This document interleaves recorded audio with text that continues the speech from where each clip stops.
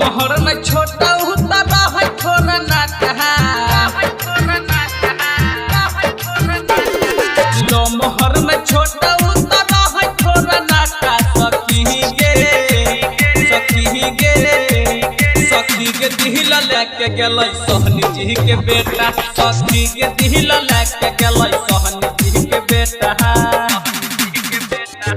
लो मोहर में छोटा उतारा है थोड़ा नाटहा लो मोहर में छोटा उतारा है थोड़ा नाटा सखी के दिल लेके गेलै सोहनी जी के बेटा सखी के दिल लेके गेलै सोहनी जी के बेटा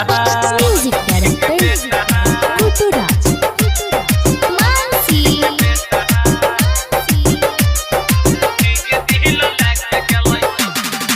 करिया रंग के कट रहे घड़ी ओकरा हाथ गे लंबा लंबा बाल रहे गोहरिए समाट गे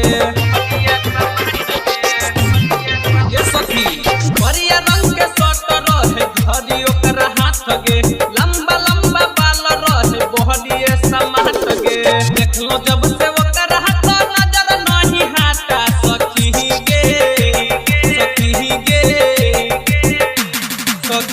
दिल लेके गेलै सोहनी जी के बेटा सखी के दिल लेके गेलै सोहनी जी के बेटा म्यूजिक डायरेक्टर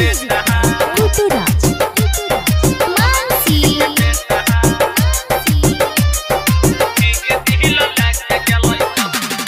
मन कर रहे करिए लहबा वाला बात गे ना जाने फेरो कहिया होतै मुलाकात गे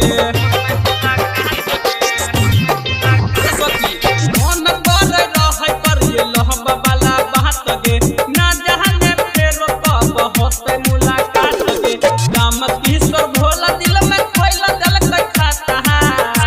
सखी के दिल लेके गेलै सोहनी जी के बेटा सखी के दिल लेके गेलै